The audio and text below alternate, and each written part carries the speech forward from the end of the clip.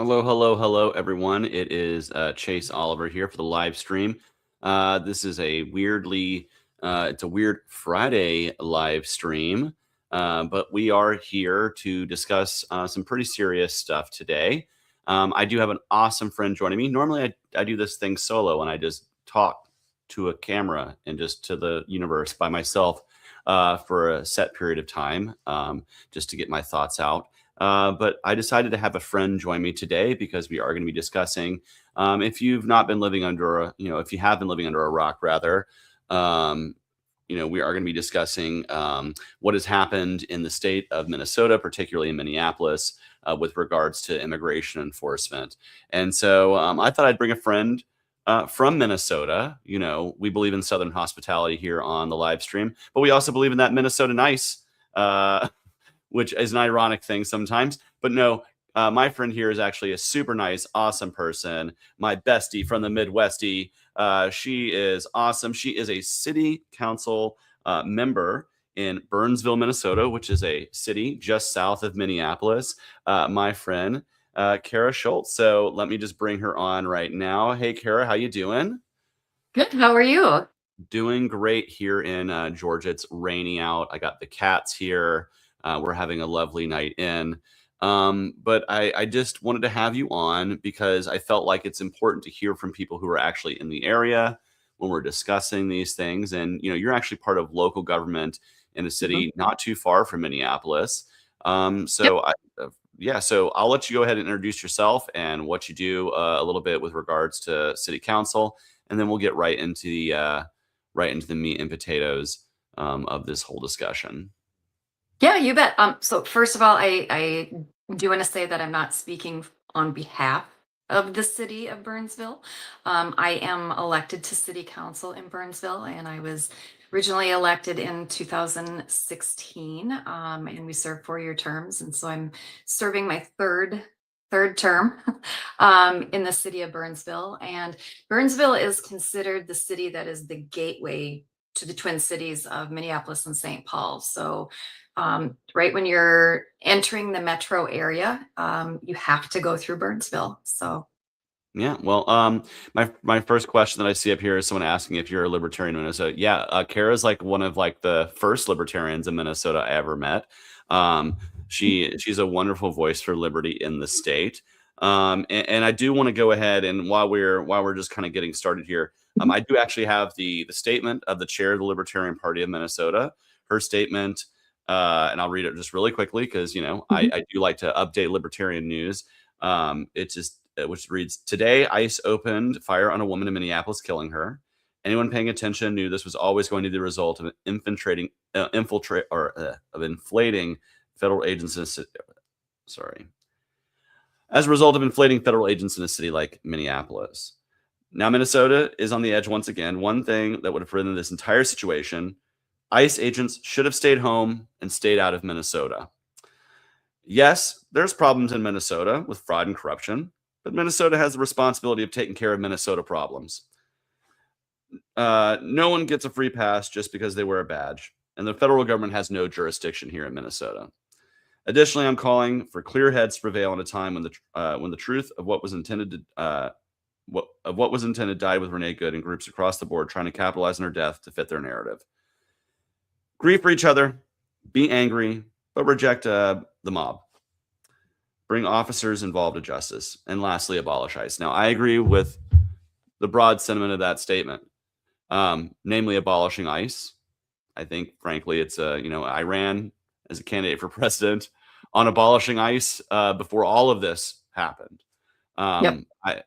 We've seen the results, not just here, but around the world of what happens when you militarize city streets and you attempt to push your will at the barrel of a gun and using a federal badge. Um, and I do believe that this was an inevitable thing, whether it was going to happen in Minneapolis or somewhere else. Where we're seeing this, we also saw another shooting just the next day in Portland, where two people were shot, not killed, but injured, and found blocks away. ICE later claimed that they were gang members and that this was a justified shooting, which begs the question: well, why didn't you chase them and apprehend them, why did local police apprehend them later, um, blocks and blocks away, if they were such dangerous gang members, right? So there's a lot of questions to ask here, but what I really want to speak on about is what happened just a few days ago with Renee Nicole Good. She was a 37-year-old mother of three. Um, uh, one child was, I think, 6 years old. The youngest child is the one who is currently, still living with her and her partner. She had just dropped the child off at school and Mhm. gotten, this altercation with ICE that ultimately resulted in her dying via gunshot wounds. Um, we've all seen the video. I do have the most recent video pulled up that we might examine later. But really, what I want to examine is how did it get to this? Like, why is Minneapolis, do you feel, being kind of like the flashpoint for a lot of what we're seeing with this immigration enforcement, in your opinion? So it's kind of a big question. So why do I think Minneapolis and Minnesota are being targeted this way? Um, I I do think that there is I think there's multiple things, but first of all, I think there is a push to try to find a big enough flashpoint for the president to be able to invoke the Insurrection Act.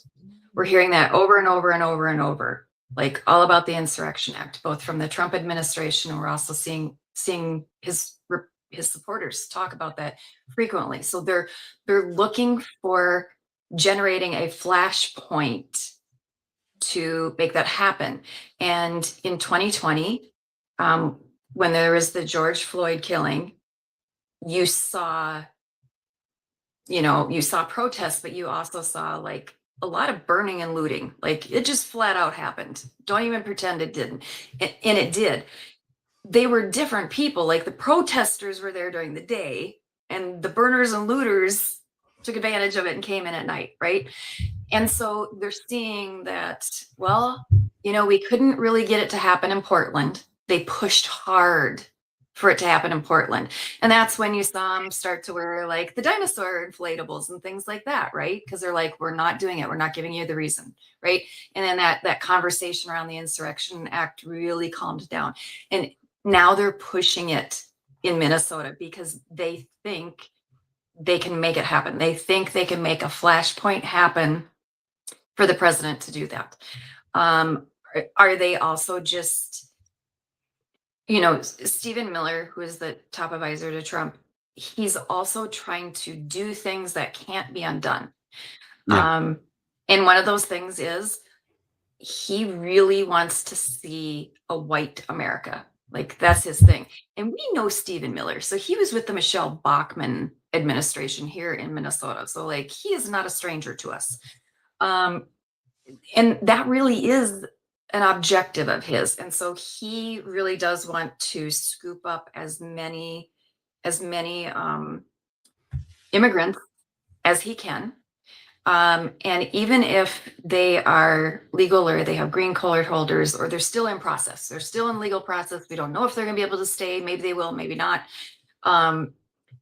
He wants to get them into those internment camps with conditions so awful and moving them from state to state, because you'll often hear that these people are moved to 5 or more states, right after another, because he's trying to keep them away from legal representation. Every time they're moved, their attorney has to find out where they are and then refile paperwork in that jurisdiction, right? So it's a constant thing. So he wants them to lose hope and that they're out. And so he's looking for, how do I do things that can't be undone? And yes, one of those things is scooping up, immigrants, no matter their status, and getting them out. Yeah. So Stephen Miller it's multiple things. famously, I'm sorry, Stephen Miller. Yeah, didn't Stephen Miller famously say, like, "Why are you guys going after criminals? Don't you guys need to get to Home Depot and going after the landscapers and the farm workers because we need 1,500 arrests a day?" Correct. Yeah. Which is not what they promised us, right? They said they were They going to go want after the to worst clear the four. day. And they're also wanting to get, they have a new quota, which is 300 denaturalizations a month. This is crazy. And uh, I also think part of this, and I think cynically a little bit, part of the reason why in this last year Minnesota has been targeted so hard is because your governor, who you and I are not neither fans of. I ran against him, obviously. I ran for president. I had a running mate who was running against Tim Walz, right? So we're not fans, but I think deep down, a little bit of it is also Trump wanting to relitigate and re-celebrate the fact that he won in 2024, and the Oh, fact yeah. that Tim Yeah. Walz was on the ticket. It gives him a chance to like stick it to Walz, Yep. with the unintended That's the side theory on effects. Trump. Yeah, I mean, Donald Trump being petty. That's a total crazy conspiracy theory. That's never happened before. Um, Right. but I sincerely believe that's part of why you guys are getting targeted as hard as you are as well. Um, I've seen reports of high schools in the Minneapolis area being raided. I know schools are Yeah. out right now, right? Like schools are Yeah. they're at home A lot of because the schools are out, and in the core Minneapolis area, students can sign up to go back to online through February. yeah, I mean that's crazy because these people are fearing for their students or the parents of students from being abducted. Like we've seen, not just in Minneapolis, but elsewhere, we've seen parents abducted out of the carpool line, right? Like they're going there to pick up their Yes. kids and they're abducted, and their kids are legal citizens. They were born here in the United States. Maybe their parents have an expired visa. Maybe their parents have an expired green card, but they've been here and they've worked here. These are the horror stories we see. And what you were seeing is citizens trying to stand up to the government. And I think that's what, unfortunately, when that happens, one side has the monopoly of violence and has guns ready to be drawn, and other people don't. Renee Good's partner said, we came with whistles and they came with guns, and that's what happens when this confrontation occurs, and it's tragic. It is tragic. Um, It is. It is.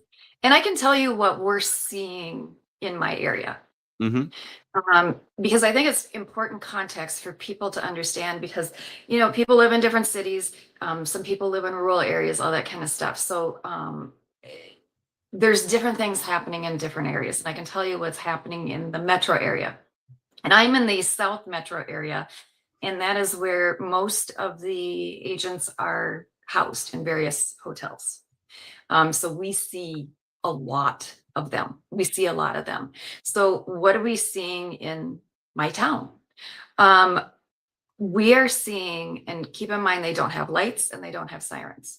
We will see them speeding through the center of our town, um, absolutely weaving between cars. They will run red lights, just hell bent for leather. And I mean, they have no lights, they have no sirens, anything like that. So we have had car crashes, and not just in my city, but in surrounding cities. We have had car crashes, and these are not like people fleeing ICE that the car crash is happening. These are people just like driving around living their life. And then there is like ICE will cause a crash because they whip a U-turn or they, run a red light or whatever. And these are accidents that have involved injuries. And ICE doesn't stay around. They just drive off. Like they flat out don't care. And Fleeing so, the scene.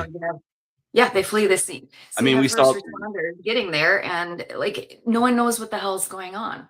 Yeah, I mean, we saw So that even with Renee Good. Like, of course, that agent fled the scene immediately. They did not. yeah, They did not secure the crime scene. They did not run an active investigation. They were more concerned with getting that agent out of there. yeah, And they were even, we see video again, tragically. We've seen so much video of this because we live in a world where we have instantaneous access to this information. But you see a physician running to the scene, wanting to apply aid, wanting to apply first aid, and being denied, being told to back the F up. Uh, you know, and now we've seen on footage that the last documented words out of Renee Good's mouth is, we're not mad at you. trying to de-escalate the situation, which is Right. something law enforcement should be trained to do. And good law Yes. enforcement is, right? There. Properly trained Absolutely. law enforcement would know to de-escalate that situation. And the last words or the first words out of this agent's mouth after shooting Renee Good was calling her an effing bitch. Yep. That's the Yeah. attitude that government agents feel when they feel empowered to Mhm. be able to be violent on people, whether they're citizens or not, by the way. When they are not properly trained.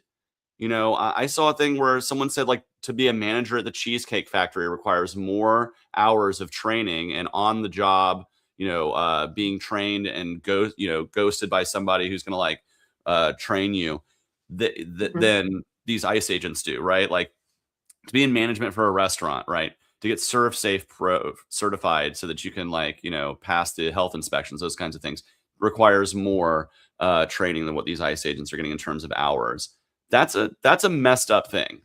And this is my other warning, by the way. I've seen a few people dropping some really terrible comments. I'm deleting them, by the way. If I see you guys, uh, if I see you guys trying to blame a mother of three for what happened and not the government agents who are trained or should be trained to de-escalate these situations, I'm deleting your stuff. So don't even try. But if you might be watching out here, I have two things for you. One, a warning: the technology that ICE is using right now to hunt down Mhm. immigrants, where they are basically sectioning off and pinging every phone in neighborhoods and then following these phones and developing patterns. If you don't think that's going to be used against you one day by another Republican or a Democratic administration one day, you're crazy. And you need to oppose this stuff right now. And secondly, and this is the thing that I will really like to get across. You need to put yourself in her shoes. You do not know how you would be reacting in that situation. People being like, well, she should have just complied. Should Daniel Shaver have just complied? Should Duncan Limp have just complied? There's so many people out there who have been gunned down by law enforcement, and the "you should have just complied" excuse. And I hear it so much. And what I'm hearing it from now are libertarians, sometimes so called, or conservatives who were out there railing against the murder of Duncan Limp, railing against the murder of Daniel Shaver. But when it comes to somebody trying to stand up to government agents being on their streets and their neighborhoods, and they get gunned down for it, all of a sudden, well, she should have just complied. What if the same standards had been applied to force on January 6, 2020? Just think about that. Some of these same people who are cheering for Renee Good's death were the same people who were also and I don't believe Ashley Babbitt should have been murdered, Mhm. but I also believe that if police had been applying the same level of force, if Capitol Police had been applying the same level of force that these ICE agents are on the streets of Minneapolis, they would have opened fire on that crowd. It would have been a lot worse than it was. And it's only Yeah. through um, a miracle that that kind of stuff didn't happen. But I want you to think about that when you go on your Fox News forums or whatever and start saying because she had pronouns in her bio, or because she was a poet, or because she was in a same-sex relationship, or because uh, bitch had it coming. I've seen all this crap. It angers me, Cara. It does. It really, I don't know. I'm not a very angry person. You know me. It takes a I lot to know. make me angry. Um, and I can only imagine how it's feeling in the community where you're at. What is the temperature like uh, in Burnsville and People, Minneapolis in the community? so leading up to this, people knew. People knew when we heard, oh, they're going to be sending a ton of agents here. Like people knew what the deal was, and word started going around of, look, they're going to try to provoke stuff. Like that's what they're here to do. They're really here to try to provoke things. You cannot do that. And so there has been different organizations that have been doing training on how do you protest and how do you record agents while they're working. Um, but do so in a peaceful manner, right? Like you're not the one provoking things, you're not the one raising the temperature, that type of thing. Now, are they blowing whistles? Are they doing that kind of thing? Yes, that's legal. You can do that. Can you yell? Yes, that's legal. You can do that. So they're going through what's legal, what's not legal, right? And so there's been a lot of emphasis and training on that. Um, do some people do dumbass crap? Yes, yes, they do. But let me explain the whistles for people who don't understand why there's whistles. And I know people are like, I don't get the whistle thing, or that's so annoying, or I can't believe they're doing that. The whistles are serving a few purposes. Um, First of all, they're warning people around the area that there is an action taking place. There's an ICE action taking place. People in the area can decide to do different things based on that knowledge. They can stay in their house, right? They can just stay in their house and just, there's a shit storm happening out there. I want no part of it. I'm going to stay in my house. That's valid. They can decide, oh, okay, well, I'm going to go out and I'm going to videotape what's happening because it's important to document in case something illegal happens, right? You want that video evidence. So they can do that. The other things that those whistles help to do is when you are getting people together in a group and it's very emotional, this gives people something to do that they know they should do, right? So rather than do stuff like throw things or, whatever, like go crazy, like, because people get in a group and, the IQ drops. So when you have people with training and you have people, okay, this is what you do. You blow your whistle or you videotape, right? That gives very clear directions to people that they can easily follow. Hmm. And it kind of keeps people in the right lane, right?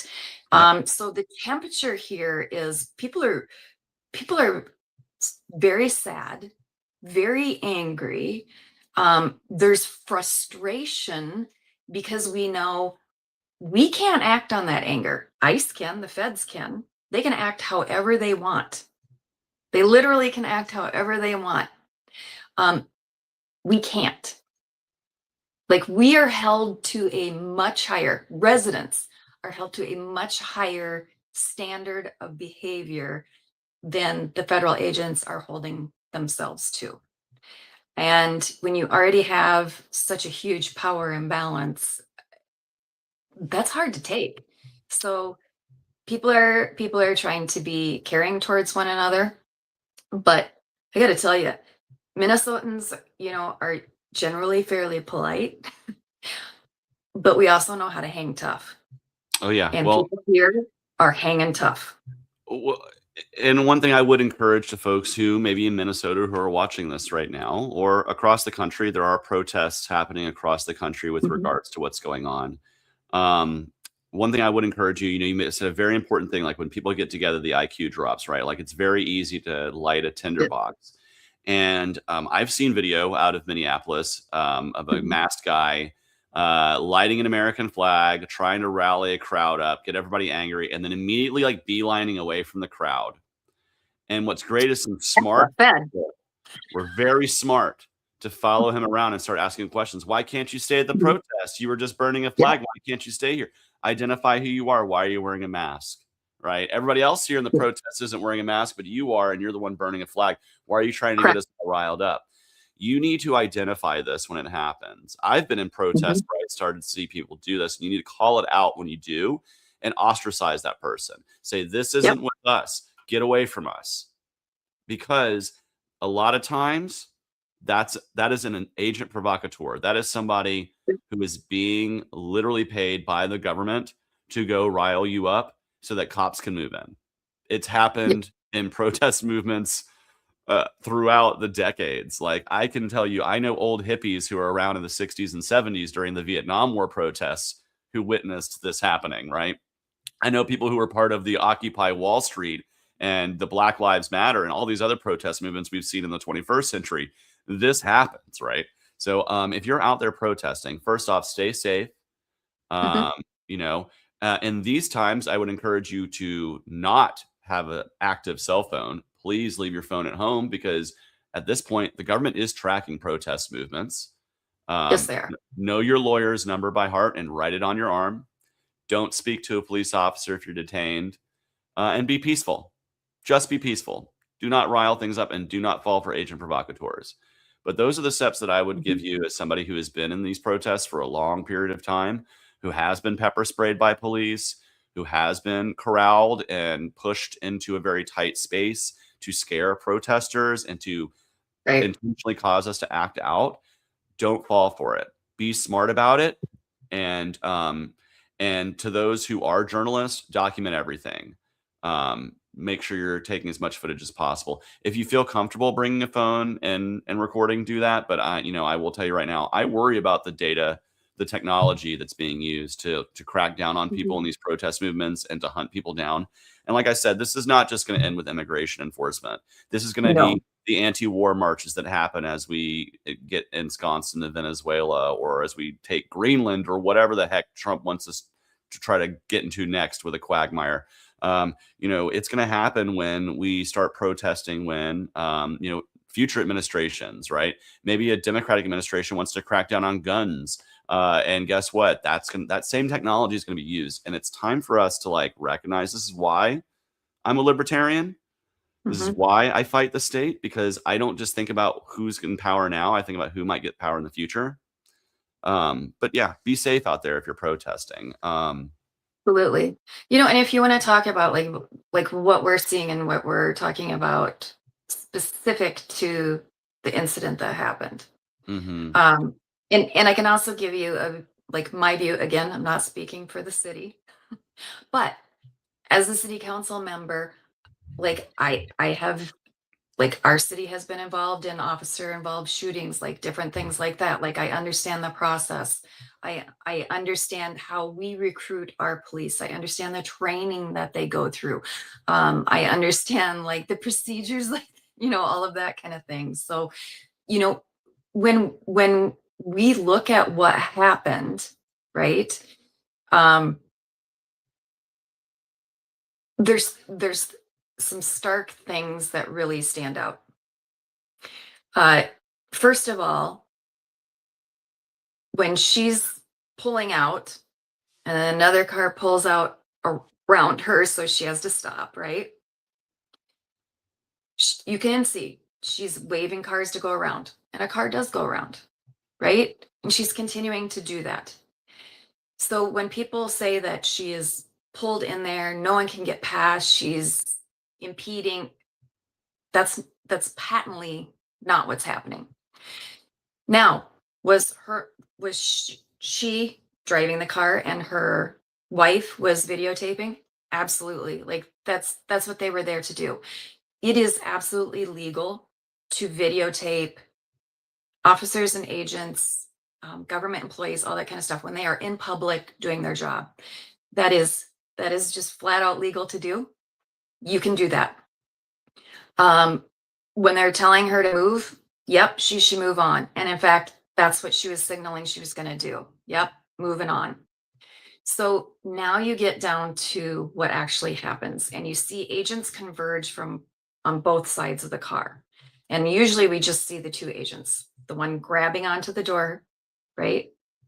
And the one that goes around to the front corner. mhm. So when you're watching those agents, first of all, you do not grab the door handle. Like that is something you do not do. So why should you not do that? And why is that totally against any policies and procedures for officers? Because it's dangerous. It's dangerous for the officer. It's dangerous for the occupant. It immediately escalates the situation instead of de-escalating this situation. And one thing that officers have on their side, and it's one of the best tools that they can employ, is de-escalation in time. You have a lot of agents there. They had a lot of agents there. De-escalating that, he didn't have to grab that handle, right? That's Mhm. not something he had to do. Even if They they already had her wanted to tag number. detain her, yeah, even if they wanted to detain her, like they could still do that. So the options are you don't grab the door handle. You definitely, the next thing is the agent that went in front of the car, you you absolutely don't do that. Again, that's dangerous. It's dangerous for the agent. It's dangerous for the person in the car. It's dangerous for the bystanders. It's just flat out dangerous all around. That's why you don't do it. It's completely unnecessary to do that. Um, and in Minnesota, we have a law where officers cannot go in front of a car and then claim they are in imminent danger to justify deadly force. Mm-hmm. So that's Minnesota law. Cannot do that. That does not give you justification. This officer, this not officer, agent lives in Minnesota. He knows that. And he had previously done that with another car and been injured. So you should know this is why you don't do it, right? So now you have those two things going. So you have two policy things that are meant to keep everyone safe, that are just standard operating procedure for agents, are now violated, right? Next thing, you do not shoot at a car that is fleeing. And I know a lot of people are wanting to say, oh, she was trying to hit him. Oh my God, he was totally run over. Thank God he's alive, like all this kind of stuff. Yeah, I think right in Looking here at is the video, no, he's not. Wheel is, and you can watch her cranking the wheel as far as she can go. The other thing is, she is looking at the agent that has a hold of her car handle. mm-hmm. When you look at the video, that is where she is looking. Wheel is spinning, right? And she's trying to go off. So you have that situation happening. The first shot that the agent takes, he is already kitty corner off to the side, leans over and is shooting diagonally into the curved part, right? So now we have the third policy violation, which is shooting at a fleeing car. And even if he thought the car was driving at him, like coming to get him, that is still against policy and procedures, because if you shoot the driver is going to continue going forward. You're It still doesn't going to get stop hit. them. You have to, you Get out of the step way. aside, Get out of the get out of way. the way. You have the plates. The real simple thing is you have the plates. The person is picked up later and charged. Police do this all the time. This is Yeah, just normal. This is and normal, normal, normal. People I do it think all the while we're time. discussing what happened, I think it's really important here to discuss the BS narrative that was trying to be sold to us by the federal government via Kristi Noem and Donald Trump, Right. where Kristi Noem was saying something like, "Oh, the ICE agents were stuck in a snowbank and they were trying to get themselves out, and this woman was trying to run them over." This is on Complete a main BS huge narrative. residential plant road. So Complete no, BS it's not. narrative. I don't know if she Botoxed her eyeballs or what, but that is anybody can look at that footage. And Donald Trump himself was confronted by the footage by the New Yes. York Times. I'm not a fan of the New York Times, but God bless him for actually showing him the video. And he was dumbfounded. He could not explain how that was different than what he was told, which is a whole different situation. The fact that we have a president who's Right. being governed by what people tell him instead of what he actually observes because he's a moron. But neither here nor there. It's important as we're discussing what's happening to see how very different it is than what the Department of Homeland Security wants to sell us. Right. Within an hour of this shooting, they had already put out a statement saying that this woman was a domestic terrorist. I Right. mean, I swear to God, we do TMZ does better investigating, with, over whether a celebrity had a bad meal at a restaurant than the Department of Homeland Security does about their own shooting when their own agents are involved. It's ridiculous. And so Well, I think and this. that gets to Mhm. the other problematic part of that. So, you know, um, when something like this happens, and again, I say we've had officer involved shootings, the statement that you put out is, we're going to investigate this. We're going to get to the bottom of it. We're going to look at this thoroughly and we're going to cooperate. And we cooperated with the, you know, BCA, right? And they took lead on it because you don't investigate yourself. And the process is not the quickest, but it's very thorough and it did clear our officers, right? Mhm. So that's the fact that they had prejudged this and then they're going to investigate. That creates another hurdle to overcome if this ever does land in front of a jury, right? Yeah. Now we get to the final thing, and this is probably what's the most damning and what will probably, at the very least, this is going to get him on a civil matter. The not rendering aid. So if an officer is involved, there's a car accident, there's a shooting, whatever it is, those officers have to immediately render aid. They have to render aid until someone else can take their place that has more knowledge and skill to render aid. That is non-negotiable. Non-negotiable. That has to happen.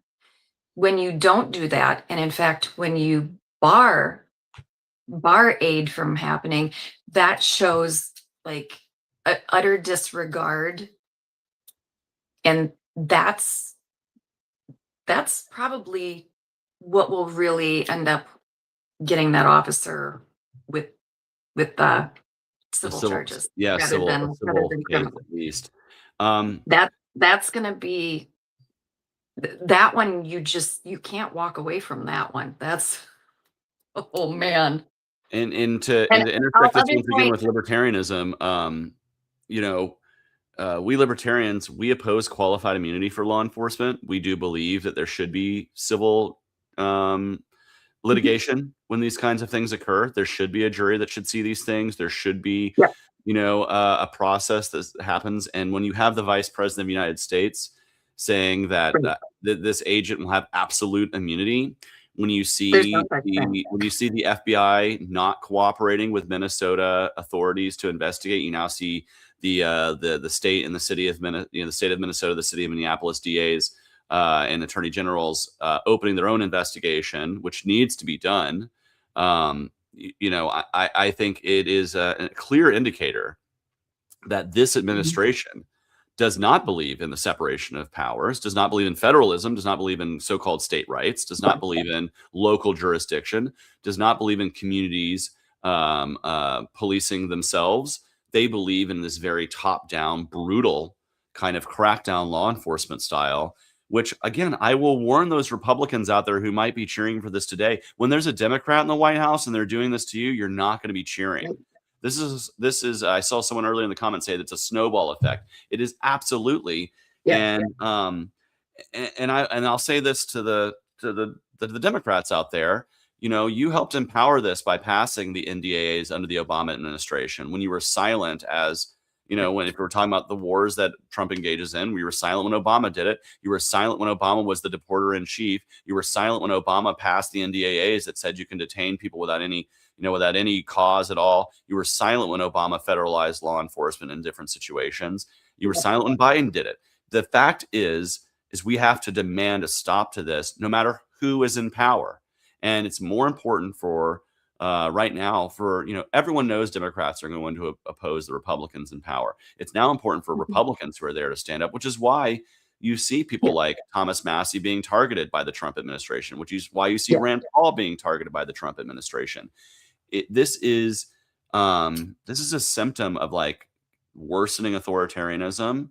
And sadly, there's a 37-year-old mother who's no longer with us, whose child lost their father in 2023 Mhm. and lost Yeah. their mother a few days ago. Um, and now has a grieving stepmother Yes. and family who, this kid's gonna have a really tough life because of the actions of a federal agent that should never have even been on that street to begin with. There should never have even been this interaction. This type of crackdown system that we see um, for immigration is just so unneeded. And that's what I think is like the biggest tragedy of all this is that it's how unneeded this entire thing was. Like how reckless our government E- behaves to control Even us. if you support, which like I'll get very pragmatic here. Yeah. um, you could get to 90% support or higher if ICE actually was going after people who were the murderers and rapists, like very violent criminals, right? Mhm. So they were targeting them. So why aren't they targeting them? Because it's more difficult to find them. It takes more resources, it takes more time, it takes more agents, right? However, they have done all of the funding and they're getting more agents, right? 20,000 agents are popping online now. They have the resources now that is no longer a hurdle, nor is it an excuse. They truly could focus their time, energy, and the resources that they have, which now the level of funding that we have just on immigration enforcement is larger than most any other military in the world, other than the Yeah. top three militaries. So they have the resources. That's what they could be doing. And they would have 90 or higher percent support for what they're doing. Yeah. But that's not what they're doing. And And keeping protesters, what they're asking for is at the most, right? So the area where most protesters agree, because there's, fringe areas, is we want, like, who, give us a name. Who are you looking for? What is the name of the person? Do you have a warrant? Do you have a warrant for the arrest? Because if you know the name and there's a violation, will this you person get get a a court warrant. date? Will this person Like get to you go to court just, before you deport them or throw them in yeah, alligator Alcatraz, right? Like these are due process should be it's very available for basic. everybody. Like, and if It's and if they just did that, they would have normal. a lot more support. And what Yes, I think it is I you're think it's the absolutely right. psychotic folks like Stephen Miller who are out Yes. there pushing, pushing, pushing, and Trump just is like Trump is a might makes right kind of personality. And so, you have Stephen Miller screaming his head off, you know, Yeah. and some sort of shallow version of masculinity on CNN screaming about immigrants. And that impresses Trump, I guess. It really does. I mean, it boils down to it's government might makes right is like the rules of this administration, and I Yes. worry about that because they're not going to be the last administration out there, y'all. There's one coming after it, and you have Vance saying that they're going to start going door to door. Excuse me? They That is already some are Germany going door to door. 1930s. That is some Germany 1930s stuff. And They've let's already get been going door to Minnesota door. focused. Former governor of Minnesota, the last independent governor of Minnesota, Jesse Mhm, Ventura, was at one of the high schools yesterday to speak out against the fact that ICE mhm, raided this high school. And then he also, he made two really great points. First off, he chastised Trump for acting like a manly man when he was a draft dodger, right? mhm. But even more so, he talked about how what we're seeing with this federalized law enforcement on the streets, people with guns in the streets. He said, "This is what you see in the third world." He's like, as a Navy SEAL, I Yeah. traveled all over the world to some pretty shady places, and the places like the Philippines under dictatorship, where you see people with machine guns in every street corner. That's not a world you want to live in. And when I tell people it's not making America great again, it's making America into the so-called third world that you're really scared of. And you know what's crazy? It's our government doing it, not the immigrants who are escaping those places. It's our very own government who's now cracking down and using that immigration as an excuse to put the people with guns and badges on our streets. And that Well, and is the craziest hoodwink of all time to me. yes, and what I don't want to see normalized, and this is what we're seeing, and this is happening in my city, is ICE they'll try to get into an apartment building, and they aren't looking for anyone in particular. They just knock on every single door to see if they can get anyone to answer their door, and then they're demanding their papers. Yeah, Like, and it's that's how by the crazy way, it is. this person who I says if don't they're want that illegals, who normalized. cares? This person who's saying if they're illegals, who cares if they go to door in the comments? You should care, dude, because you're We should next. care. You're just being right now, illegal immigration is being used as an excuse to crack down on people with federal law enforcement. The next, it will be the drug war or confiscating guns or cracking down on free speech that they declare seditious. Like, you're next. You don't understand this. The government takes a tool, they use it on a population that the general population feels like, oh, well, they deserve it. this is on them, and then it gets used on everybody. This is how maximum security prisons were created, and more people get put into them. It used to only be for the worst, but now you're seeing people who were busted being, with drug crimes during the drug war being thrown in these maximum security prisons with life sentences. Mandatory minimums. That's only for the worst until it's a three strikes you're out policy. Like this is the problem here, is that every time government gets a tool, they use it against, at first, people who we think deserve it, which they don't. Most people who are illegally just lack documentation because their visa lapsed or their green card lapsed, or they haven't gone through the 9 million hoops that you have to jump through to become a legal immigrant. We could solve that problem by simplifying immigration. We could solve that problem by hiring more immigration judges, hiring more asylum case workers. We could solve this problem, but instead we hire ICE agents. If we spend all the money we're spending on ICE just on immigration judges who can process people more quickly, an Ellis Island kind of process, we would have this issue taken care of. Most people would go and get their documents. They would get here, they would go through the process of being vetted, and they'd be fine. And then we could actually crack down on the criminals, the people who do want to hide, who do want to do things shadily, and who do want to commit violence in communities. Like, those are the people you do want law enforcement to crack down on. But if what you're right now doing in this system today, it's like finding a needle in a haystack. There's millions and millions of people who are just here peacefully, who want to work, and to try to find the gangsters and the criminals and the so-called insane asylums and the rapists and all the people that Trump says are flooding across the border. You would be able to do that if you weren't taking such a scattershot approach, which is what we're seeing from ICE. This just arrest them all, go to the Home Depot. It's because they have quotas. So the agents have quotas that they have to hit for arrests. Now, these aren't arrests that have to stick, and they aren't arrests that have to result in deportation. They're just arrests. So they have an arrest quota. So if you have a quota that is just arrests, like that's what you're going to do. You're not going to look for quality, you're going to look for quantity, right? And that's what we're getting. It's just like how everyone bitches about speeding ticket quotas, right? So it's kind of that same process.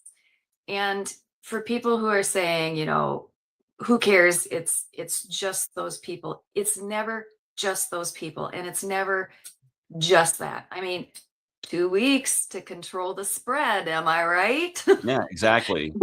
And imagine now, with the increased police powers on our streets, how much more effective those lockdowns would be mandated by government. Right? Think about this, guys. I mean, I'm serious. Think about the next pandemic. Like, now that you've given so much domestic policing powers to the federal government to just roll in and go door to door again, maybe that's why you don't want police going door to door to enforce lockdowns, right? Like, there's all kinds of reasons why you wouldn't want police to have that kind of power. And it's only a matter of time before it And gets another I popular. don't want to live in a East German Stasi state where you have to produce papers. Yeah, I I saw do a lady not get arrested. understand why people are accepting of that. Someone could come up to you, some person, no ID, you don't even know who the hell they are, Unmarked vehicle. demand your papers. I don't know.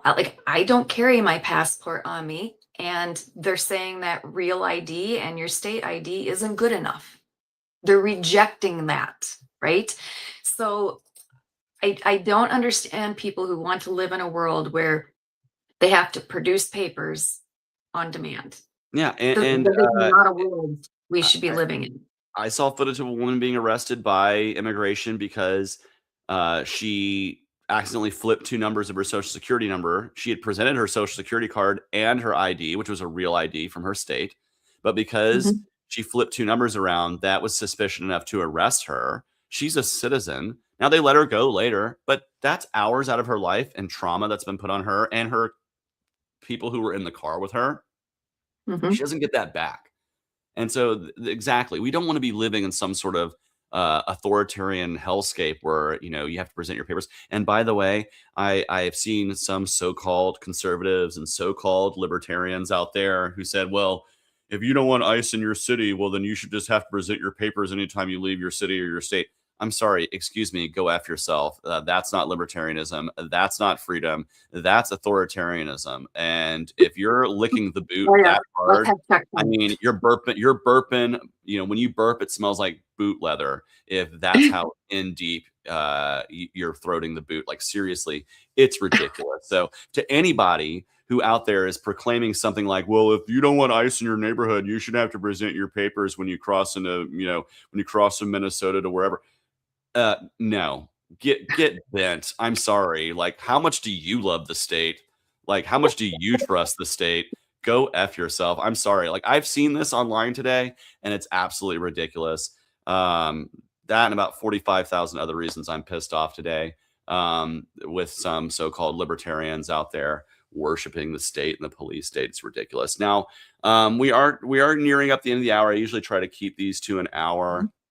Um, but I really want to thank you for coming on today and kind of giving us insight to actually what's going on the ground in Minnesota and in the Minneapolis metro area. I want to thank you for being, I know you personally, so I know how awesome of a person you are. And if you live in Burnsville, you also know how awesome Cara is. It's why she's been elected to city council, because she's a very honest and direct voice, who wants to bring, transparency and consistency and ethics to her local government, in a way that a lot of folks, a lot of folks get into those positions of power and don't do that. So I just want to say, I'm really proud to have you as a friend, and want to thank you for being here. So I'm going to end with this. If we could, I'm asking everybody who's out there right now watching with us, if you could just take a moment to breathe, um, to think out there, and let's take a moment of silence in remembrance of Renee Nicole Good, a woman who should be here today and isn't.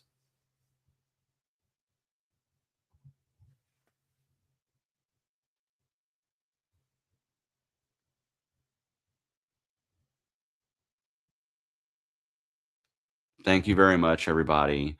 Thank you, Kara, for taking the time out to see me today.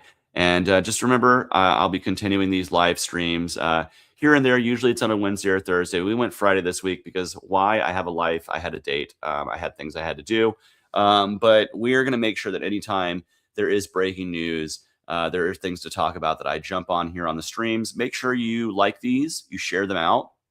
The more you spread the word, the more people who are going to watch these in the future. So we're always trying to grow our presence here. But thank you so much for joining me, for joining Kara.